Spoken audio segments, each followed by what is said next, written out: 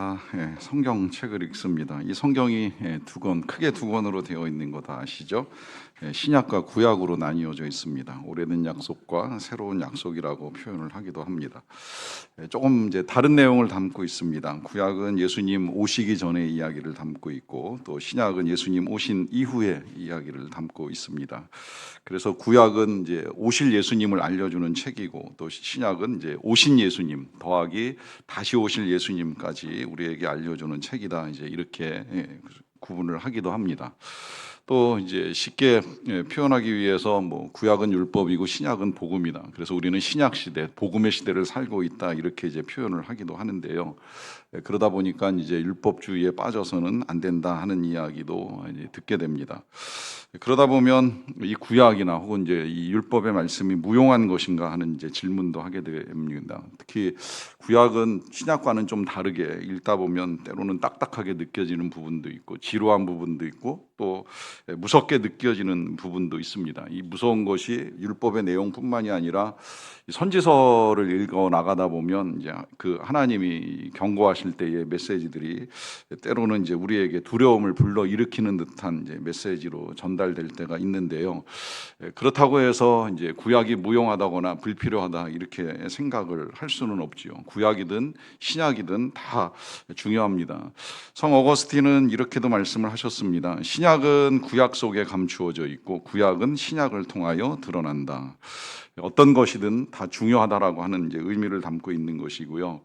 그러하기 때문에 율법주의에 빠지는 것이 문제이지 율법 자체가 잘못된 거 아닙니다. 오늘 나누는 말씀의 제목도 이제 계명을 버리지 말라라고 하는 이제 말씀인데 우리가 함께 읽은 본문 19절에서 나왔습니다. 그러므로 누구든지 이 계명 중에 지극히 작은 것 하나라도 버리고 또 그같이 사람을 가르치는 자는 천국에서 지극히 작다 일컬음을 받을 것이다 라는 말씀을 하셨습니다. 크든지 작든지 중요하든지 아닌 것처럼 보이든지 어떤 계명이라도 절대 버려서는 안 된다라고 하는 말씀을 하셨습니다. 그만큼 이제 이 구약을 통해서 우리에게 주신 바된 말씀이 이제 귀하다라고 하는 사실을 알려주셨는데 이 부분을 이제 다시 17절에서 이렇게도 말씀을 하셨어요. 내가 율법이나 선지자를 폐하러 온 줄로 생각하지 말라. 폐하러 온 것이 아니요 완전하게 하려 함이라 하십니다. 그러니까 예수님이 이 땅에 오신 것은 율법이나 선지자, 다시 말하면 모세오경이나 아니면 선지자들의 말씀을 이제 없애기 위해서 오신 것이 아니라는 거예요. 특히 이렇게 율법이나 선지자 이제 묻게 되면 구약 성경 전체라고 하는 말씀도 드린 적이 있는데 구약 성경 전체 그 어떤 것도 예수님이 없애기 위해서 오신 것이 아니라 오히려 완전하게 하기 위하여 이 땅에 오셨다라고 하는 말씀을 하십니다. 그러니까 율법이든 선지서든 구약이든 이 모든 것들이 다 폐기 대상이 아니라 우리에게 있어서 굉장히 귀한 하나님의 말씀이라는 사실을 알려주시고요.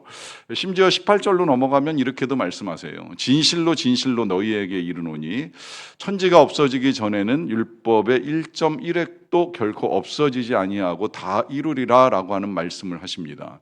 천지라고 하는 말은 이제 세상을 다르게 표현한 것인데 세상이 없어지기 전까지는 우리가 살아가는 세상이 이제 완전히 사라지는 일이 벌어지기 전까지는 율법의 말씀, 다시 말하면 구약의 말씀 중에 1.1획이라고 표현을 했는데요. 우리는 이제 어떤 자음도 어떤 모음도 이제 점을 가지고 만들지는 않지만 히브리어 구약 말씀은 점으로 모음을 표현하는 경우가 있기 때문에 그 점 하나도 아니면 획 하나도 결코 없어지거나 사라지는 일은 없을 것이라고 말씀하시는 거예요. 그러니까 어떤 글자, 어떤 문자, 어떤 단어, 어떤 것도 구약 성경 중에 소홀히 여길 것은 하나도 없다는 걸 지금 예수님이 이렇게 이제 강조를 하고 계십니다. 그러면서 이거 잘못 가르치면 천국에서 작은 자가 될 수도 있고 잘 가르치면 이제 큰 자도 될 수 있다라고 하는 말씀을 통하여서 이 율법이 우리에게 얼마나 유효하고 중요한가 하는 사실을 이제 말씀하시는데요. 이것을 강조하시다 보니까 20절에서는 이렇게까지도 말씀을 하세요. 내가 너희에게 이르노니 너희 의가 서기관과 바리새인보다 더 낫지 못하면 결코 천국에 들어가지 못하리라 하는 말씀을 하십니다. 자, 이 율법을 지킴으로 말미암아 우리가 의롭다 인정을 받을 수가 있는데 그 의로움의 정도가 서기관이나 바리새인보다 더 나은 의가 아니라고 하면 우리가 결코 천국에 들어가지 못할 것이라고 말씀을 하십니다. 그러다 보니까 하나님은 우리가 지키기도 힘든 이 율법의 말씀을 만들어 놓고 그걸 지키지 못하는 우리들에게 천국문을 닫아 걸고 그것을 지키지 못하는 우리에게 벌을 내리려고 이와 같은 율법을 우리에게 만드셨는가라고 하는 질문이 나올 정도인데요. 자, 그렇다면 바리새인들의 의, 예수님이 말씀하신 우리가 그보다 나아야 된다고 말씀하시는 이 바리새인들의 의는 과연 어떠할까 하는 것을 먼저 살펴보게 되면 이 바리새인들의 의에 대해서 예수님이 마태복음 23장 23절에서 이런 말씀을 하시는 내용이 있어요. 화 있을진저 외식하는 서기관들과 바리새인들이여 너희가 박하와 회향과 근체에 11조를 드린다 하는 말씀을 하십니다. 자, 여기 열거되어 있는 박하, 회향, 근체는 뭐 향료나 아니면 이제 조미료 같은 것들인데 이거까지도 이 바리새인들은 다 11조를 하나님께 바친다는 거예요. 이걸 이제 우리가 이해하기 쉽게 예를 들어 말씀드리는 거니까 오해하지 말고 들으세요. 어느 정도까지 11조를 드리나? 뭐 예를 들자면 우리가 주일날 예배를 드리고 예배가 다 끝나고 나면 이제 5층에 올라가서 자유롭게 우리가 식사를 합니다. 뭐 식사 돈 받고 먹는, 돈 내고 먹는 거 아니잖아요. 다 같이 먹는데 그냥 제가 원가 계산을 해보니까 요즘 뭐 물가 올라가지고 이제 뭐 한 3,000원에서 4,000원 정도 하지 않겠나 이제 이렇게 생각을 하는 거예요. 자, 누구도 돈을 내라고 하지도 않고 돈을 받지도 않는 이 식사를 먹을 때 바리새인들이 이렇게 계산을 할 수 있다는 거죠. 이거 내가 한 끼 먹는 게 3,000원 하나님께 받은 거야? 그럼 300원 헌금을 내야 되는 거 아니야? 이런 계산을 한다는 거예요. 철저하다고 해야 될지 까다롭다고 해야 될지 어찌 됐건 이제 바리새인들은 그렇게 뭐 박하를 조금 뜯었든 뭐 근체를 조금 얻었던 그 어떤 것도 다 철저하게 계산해서 10분의 1을 하나님께 바쳐야 된다라고 하는 율법을 지키는 사람들이라고 하는 것이지요. 누가 이걸 지킬 수 있을까요? 저희 신학교 다닐 때 우리 신학생들이 학교나 교회로부터 장학금을 받으면 이 장학금에 대해서 11조를 내야 되냐 말아야 되냐 한참 논란을 벌인 적이 있어요. 일단 소득이니까 내야 된다는 쪽과 이건 소득이 아니라 학비니까 안 내도 된다 하는 쪽에 이제 여러 가지 논란이 있는데요. 참 답을 내기가 쉽지는 않은데 어찌되었건 이런 것들을 지키는 바리새인들이었다라고 하는 것입니다. 그렇다고 한다면 우리는 과연 그 이상의 의로움을 가질 수 있을까? 여기서 그치지 않아요. 다른 내용을 읽어 나가다 보면 바리새인들은 매일 정기적으로 기도합니다. 그 가운데 또 일주일에 두 번은 금식까지 해요. 매주 2번이에요. 매주 2번. 매주 21끼 중에 2끼를 굶어가면서 기도하는 일을 하는 이제 이들의 의보다 나은 의가 필요하다고 말씀을 하십니다. 어떤 의일까요? 아까 읽었던 23절 다시 이제 연결해서 보시게 되면 이런 내용 이제 들어 있는데요. 화 있을진저 외식하는 서기관들과 바리새인들이여 너희가 박하와 회향과 근체의 11조는 들이되 그러면서 이어지기를 율법에 더 중한 바 정의와 긍휼과 믿음은 버렸도다. 그러나 이것도 행하고 저것도 버리지 말아야 할 것이니라 그래요. 그러니까 예수님은 11조가 무용하다고 말씀하시지 않으셨어요. 지금도 유용합니다. 그런데 그보다 더 중요한 것, 더 중한 바 정의, 긍휼, 믿음 버리면 안 된다는 거예요.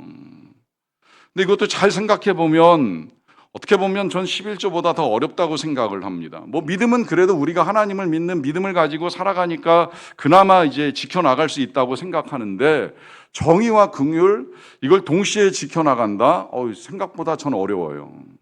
우린 일반적으로 악한 사람을 보면 처벌받아야 마땅하다고 생각을 하잖아요. 그런 사람에게 그런 벌 가지고 어떤 때는 안 된다고 생각하는 판결을 볼 때도 있어요. 그런데 그런 판결을 받는 사람에게 용서를 베푼다, 자비, 긍휼을 베푼다 쉽지 않잖아요. 그러니까 이것도 버리지 말고 저것도 행해야 된다고 말씀하시면 정의, 긍휼, 자비 어떤 것도 쉽지 아니한데 그 정도 수준 아니라고 한다면 결단코 천국에 들어가지 말라 하시는 이 예수님의 말씀을 우리가 어떻게 이해를 해야 될까요? 정말 하나님은 지키지도 못할 계명들을 잔뜩 만들어 놓으시고 그것을 지키지 못하는 자들을 엄벌하시겠다고 우리를 협박하기 위하여 이 계명들을 만들어 놓으신 것일까요? 그러하기 때문에 우리가 이제 하나님께서 우리에게 주신 이 계명의 의미들을 잘 알아야 하는데요. 여러분 오해하지 마셔야 될 것은 계명은 그 자체로 하나님의 사랑을 잘 보여줍니다. 특별히 그 계명 중에 계명이라고 하는 십계명 말씀을 우리가 이제 주일마다 읽어 나갈 때 그런 말씀을 드렸잖아요. 하나하나 잘만 들여다보면 거기에 정말 엄청난 하나님의 사랑이 들어있다는 사실을 알게 돼요. 예를 들면 우리는 하나님만 잘 섬기면, 하나님만 잘 믿으면 얼마든지 평안과 기쁨으로 살아갈 수가 있어요. 그런데 안타깝게도 우리는 하나님을 제쳐두고 온갖 우상을 만들어냅니다. 그 우상을 섬기기 때문에 불행이 찾아오는 거예요. 불안도 찾아오는 거예요. 우리의 마음에 평강을 빼앗기는 거예요. 욕심도 자꾸 생겨나는 거예요. 저는 안식일 계명 다시 생각해도 참 귀한 계명이라고 생각을 합니다. 여러분 우리가 지금도 일을 해나가는데 엿새를 일하고 이제 하루를 쉬는 것도 이제 좀 짧은 느낌이 들어서 이틀을 쉬고 심지어 이제 3일을 쉬는 것도 논의가 되기 시작을 했는데요. 이 안식일 법이 없으면 과거의 노예들은 어땠을까요? 매일 일을 하는 거예요. 하루도 못 쉬는 거예요. 그러니까 하나님이 이 법을 만들어 주실 때 남종이나 여종이나 심지어 가축들까지라도 하루는 쉬게 해라. 얼마나 귀한 율법인 거예요. 이 법을 무시하는 사람들이 노예를 1년 365일 부리면서 삭도 주지 아니하는 이게 불의하고 악한 일이지. 안식일 엄청난 약자를 향한 하나님의 자비가 들어 있습니다. 부모 공경 안 하면 가정의 질서가 무너지잖아요. 간음하면 가정의 행복이 완전히 깨져버립니다. 남의 것을 탐내지 말라는 건 나에게 주신 바 된 모든 것들을 만족하고 감사하고 살아가야 되는데 남들이 나보다 더 가졌다, 잘 나간다 이런 경쟁하고 비교하다 보면 나도 불행해지고 남도 불행하게 만드는 일들을 가져온다는 거예요. 그러니까 이 율법 속에는 정말 우리를 향한 하나님의 사랑이 너무나도 깊이 있게 담겨 있는 것인데 안타깝게도 율법을 우리는 그저 지켜야만 되는 계명으로 보다 보니까 딱딱하게 이제 느낍니다. 아울러서 이 율법에는 이제 우리 하나님께서 우리에게 원하시는 이 삶의 수준이 들어 있는 건데요. 그 수준이 이제 앞서 말씀드린 대로 이 바리새인들이 보여주는 의 이상인 거예요. 그래서 그 수준이 이제 우리가 정의와 긍휼과 믿음을 가지고 살아가는 이제 삶의 수준이라고 이제 생각을 할 수가 있겠는데요. 안타깝게도 이 하나님이 원하시는 수준을 바리새인들은 자기들 나름대로 이제 조항을 만들기 시작을 했어요. 그래서 이 바리새인의 율법 조항은 613가지가 이제 된다고 하는데 그렇게 자기네들이 나름대로 만들어 놓고 이거 잘 지키기 때문에 자기들 스스로가 이제 의롭다 이렇게 생각을 하는 거예요. 심지어 서기관들은 이 성경 말씀을 옮겨 적는 일을 하는 사람들인데 이 성경을 필사하는 과정 중에도 이 점이 나오고 모음이 등장을 하면 나가서 목욕하고 들어와서 성경을 써내려 간다고 말씀을 드렸잖아요.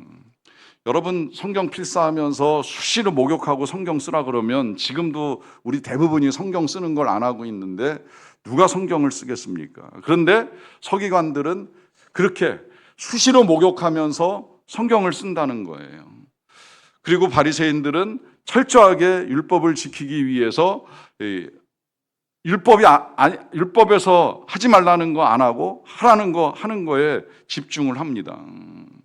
그럼에도 불구하고 예수님이 그것만 가지고 안 된다. 정의, 긍휼, 믿음 버려서는 안 된다라고 말씀하시는데 그러면 그 예수님의 말씀에 따라 이 하나님의 계명의 수준에 이를 수 있는 사람이 과연 어디에 있겠습니까? 여기서 이제 우리는 하나님께서 원하시는 수준을 알게 되고 더 나아가서는 그 수준에 미치지 못하는 우리의 상태를 알게 되는 거예요. 그런 의미에서 계명을 누가 그렇게 표현하더라고요. 우리의 영혼의 상태를 비추어주는 엑스레이 광선이다. 여러분 우리가 우리의 몸의 상태를 다 모르잖아요. 그러니까 엑스레이를 통해 가지고 이제 이 뼈와 관계된 일부분을 이제 들여다보게 되는데, 그렇게 보게 되면 뭐 관절이 잘못되었는지 뼈가 잘못되었는지 이제 이걸 우리가 알 수 있게 되는데요. 저는 그렇게 보면 율법을 영혼을 비추는 엑스레이라는 표현보다는 오히려 CT나 MRI가 아닌가 이렇게 보는 게 더 낫다고 생각을 합니다.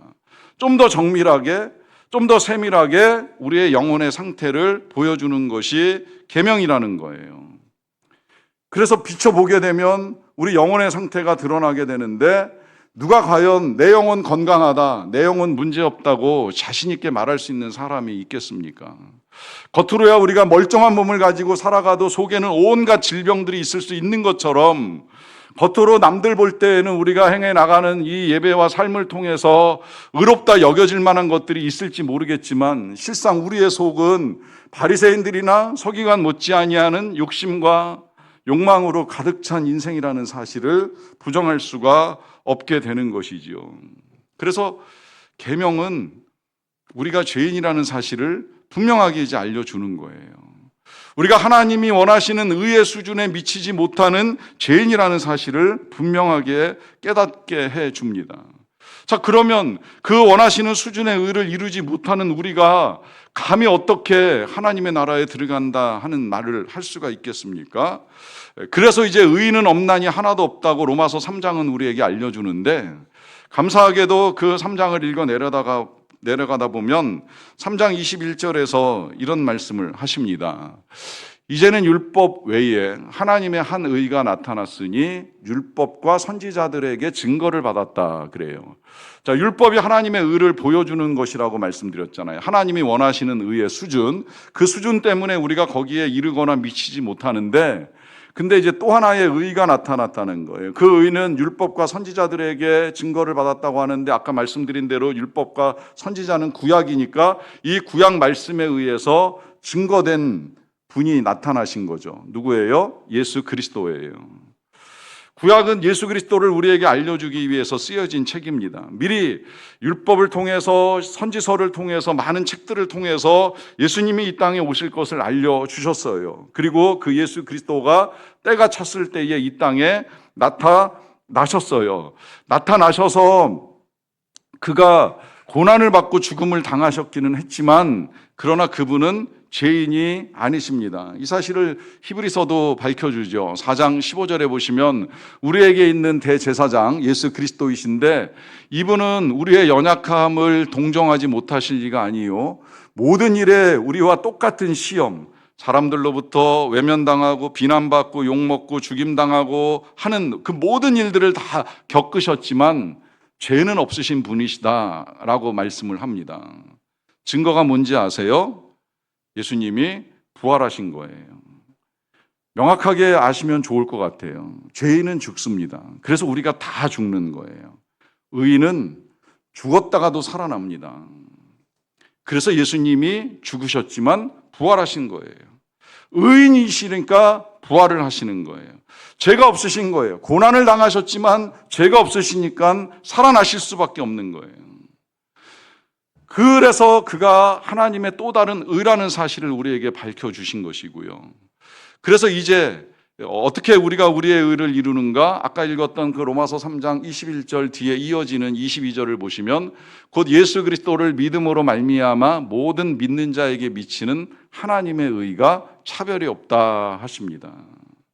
결국 우리의 의는 우리의 행위로 이루어지는 것이 아니라 예수 그리스도를 믿는 믿음, 조금 더 정확하게는 예수 그리스도의 존재와 그가 우리를 위하여 이루신 사역, 다시 말하면 그 죽음과 부활을 믿는 믿음으로 말미암아 우리도 의롭다 여김을 받는다는 거예요. 이 의롭다 여김을 받는 일은 차별이 없습니다.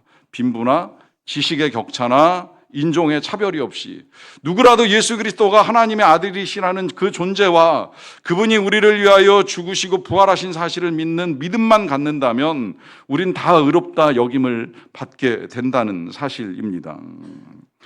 그래서 우리는 절대 의로울 수 없음에도 불구하고 이 예수 그리스도를 믿는 믿음으로 말미암아 의롭다 여기심을 받고 하나님의 자녀가 되었습니다. 그런데 왜 예수님께서는 이제 그렇게 의로워진 우리들에게 계명을 버리지 말라라고 하는 말씀을 하실까요? 이미 우리가 율법을 지키든지 못 지키든지 예수 그리스도를 믿는 믿음으로 의로워졌다라고 하면 더 이상 이 계명은 필요가 없는 것이 아닐까 생각을 할 수 있음에도 불구하고 절대 계명을 버리지 말라, 작은 것 하나라도 버리는 자는 아니 된다라고 하는 말씀을 하시는 이유가 어디 있겠습니까? 아시겠지만 이 계명은 이제 우리들에게 있어서는 그것을 지킴으로 의롭다, 불의하다, 뭐 천국을 간다, 지옥을 간다의 문제가 아니라 이미 예수 그리스도를 믿는 믿음을 가지고 의로워진 우리가 이제 어떻게 살아가야 하는가라고 하는 것을 알려주시는 지침이고 방향이 되는 거예요. 이걸 신학적으로는 율법의 제3사용이다 이제 이렇게 표현을 하는데 어렵지 않아요. 첫째 율법은 하나님이 원하시는 수준을 보여준다 그랬잖아요. 두 번째로 율법은 그 수준에 이르지 못하는 우리의 상태를 보여줘요.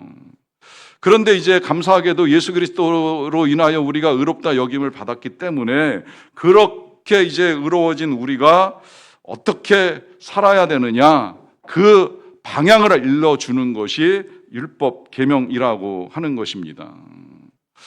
그런데 그 방향으로 이제 우리가 알게 되는 이 말씀들도 이제 듣다 보면 이제 어려운 것들이 여러 가지가 있어요. 그 어려운 것 중에 이제 율법 중에는요, 제사법도 있고, 그 다음에 이제 처벌법도 있는데요. 자, 이 제사법, 여기서 이제 우리가 자꾸 좀 딱딱하고 힘들게 느껴요. 구약 성경 읽어 나가다 보면 무슨 번제니, 소제니, 속건제니, 속죄제니 하면서 여러 제사가 나오다 보니까 복잡해요. 어려워요. 근데 예수님 말씀대로 예수님이 그거 폐하려고 오신 게 아니라 완성하셨어요. 우리 예수님이 십자가에서 제물이 되심으로 그 모든 제사를 완전히 완성을 하셨어요. 그러니까 이제 우리가 제사를 안 드리잖아요. 오히려 감사하게 이렇게 이제 찬양으로 예배하고 하면서 제사 대신 예배는 드릴지언정 제사법 예수님이 완전하게 완성을 해 주셨습니다. 또 처벌법 예수님의 말씀대로 살지 아니하면 여러 가지 벌이 우리에게 따를 수 있는데 그 벌조차도 예수 그리스도께서 십자가에서 대신 다 받으심으로 더 이상의 처벌이 필요 없는 은혜가 우리 모두에게 임한 거예요. 그렇기 때문에 예수님이 율법을 완성하신 건 틀림이 없는 사실이지만 그럼에도 불구하고 이제 이 율법이 우리에게 남겨져 있다면 이거 우리가 어떻게 살아가야 되는지 이제 이 방향을 알려주는 것인데요. 문제는 이것조차도 근본적인 그 뜻을 이해하지 못하고 지키기만 하면 된다는 이 행위에 집중하다 보니까 바리새인 같은 일들이 일어나는 거예요. 바리새인들은 율법의 근본 정신은 내버린 채 율법의 조항에만 집중을 하면서 할 일, 못할 일만 따지고 있는 거예요. 여러분 어렵게 생각하지 마세요. 하나님의 말씀, 하나님의 계명은 딱 두 가지로 정리된다고 이해하셔도 돼요. 하나님 사랑하고 이웃을 사랑하는 거예요. 하나님을 경배하고 사람을 사랑하는 것. 여기서 출발하지 아니한 모든 것들은 다 율법주의일 뿐이에요. 율법은 사랑이에요. 마음으로 하나님을 사랑하는 거예요. 그리고 마음으로 가족으로부터 이웃, 심지어 원수까지라도 품을 수 있는 사랑이 율법인 거예요. 이 사랑 없으면 행동으로 아무리 의롭게 보일지라도 의미 없는 거예요. 그래서 예수님이 이제 우리가 다음 주부터 읽어 나가는 내용에 있어서는 이제 어떻게 살아야 하는지 보다 우리의 마음이 어떠해야 하는지를 이제 잘 설명하고 재해석을 해 주십니다.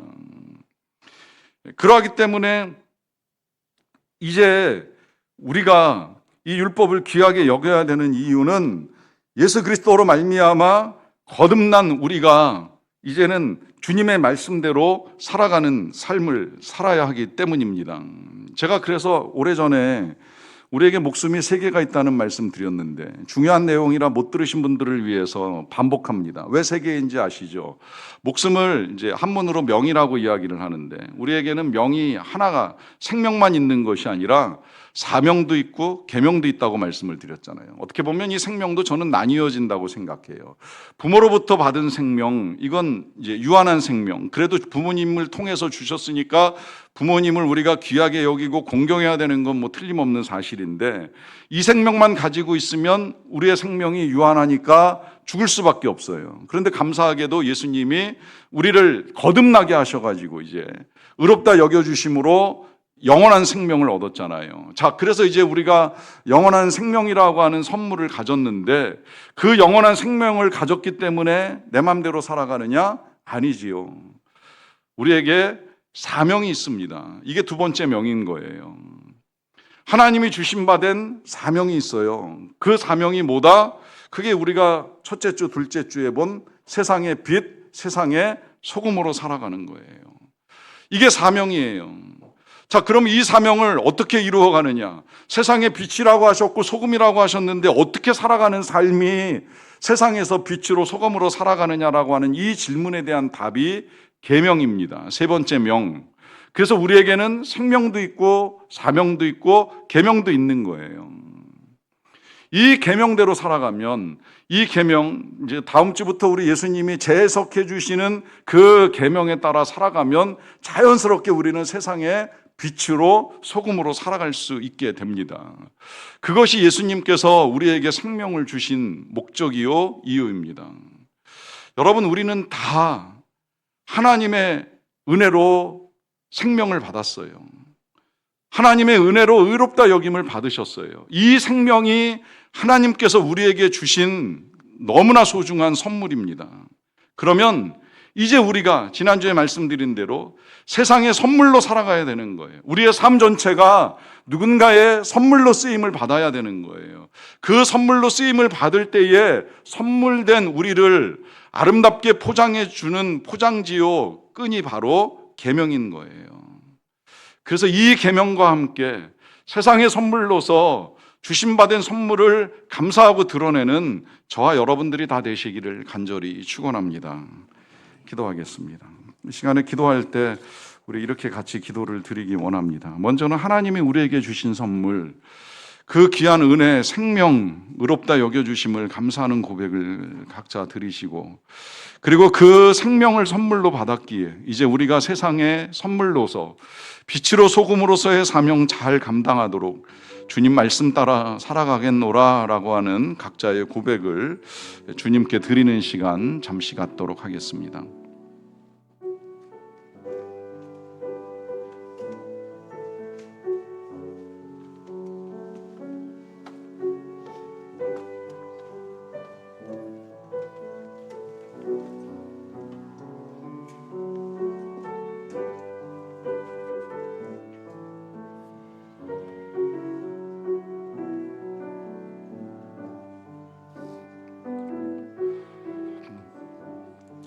하나님 감사합니다. 예수 그리스도를 통하여 우리를 의롭다 여겨주시고 주신 바 된 그 귀한 생명 진심으로 감사합니다.